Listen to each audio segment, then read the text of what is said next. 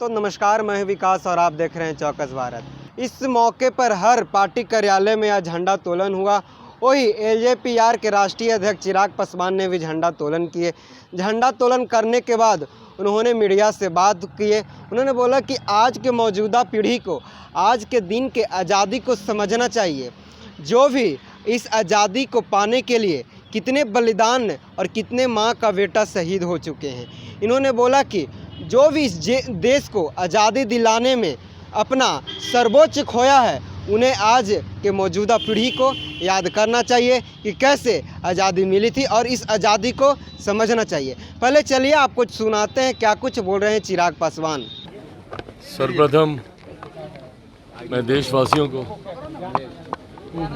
और बिहार के मेरे तमाम साथियों को स्वतंत्रता दिवस की ढेर सारी शुभकामनाएं और बधाई देता हूं। आज के दिन ज़रूरी है आज़ादी के इस महत्व को समझना।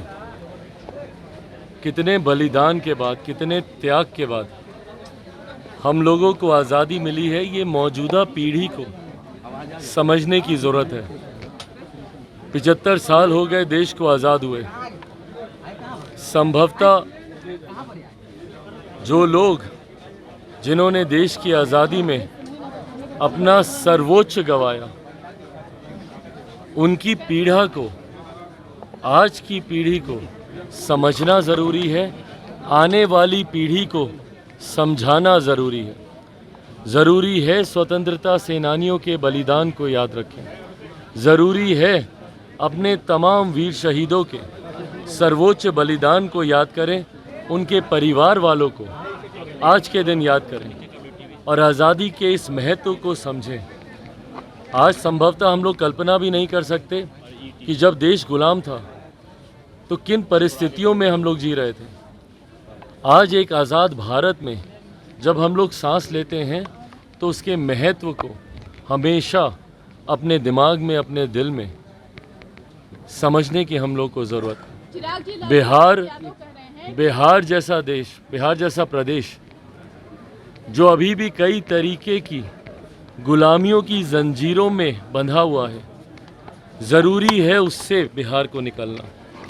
अपराध की जंजीरें हों, भ्रष्टाचार की हों या जातीयता की हो, जिसकी वजह से आज़ादी के 75 साल के बाद भी जहां भारत के बाकी देश, बाकी प्रदेश तीव्र गति से विकास की राह पर आगे बढ़े, हमारा प्रदेश उस तरीके से नहीं आगे बढ़ पाया।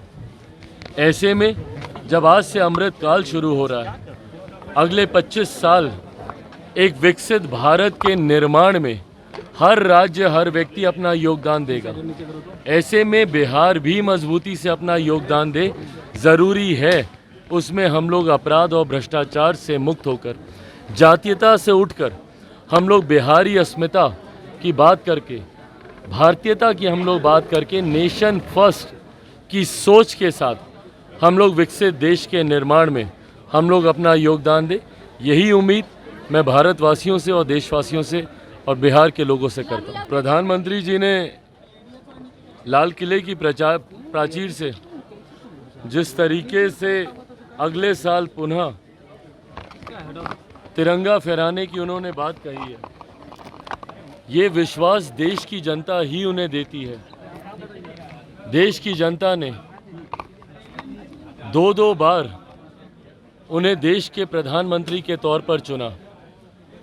2014 से बड़ा जनादेश 2019 में मिला और इस बात में कहीं कोई संदेह नहीं है कि 2019 से बड़ा जनादेश हम लोग को 2024 में मिलेगा।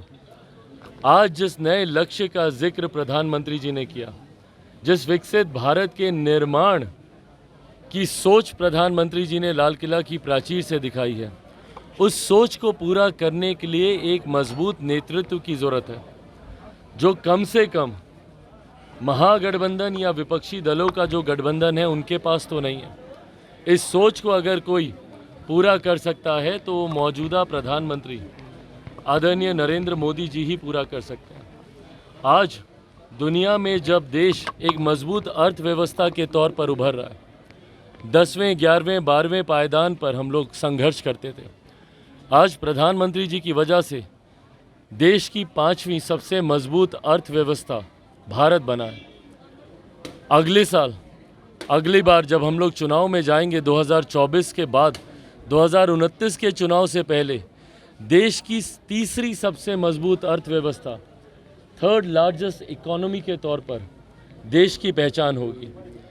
इन तमाम कार्यों का ही परिणाम है कि देश की जनता का विश्वास प्रधानमंत्री जी पर चुनाव दर चुनाव बढ़ता जा रहा है। इसीलिए जो लोग इस बात का सपना देख रहे हैं कि अगले साल प्रधानमंत्री जी संभवतः लाल किले की प्राचीर से तिरंगा नहीं फहराएंगे, वो कहीं ना कहीं अपनी घबराहट को छुपाते हैं।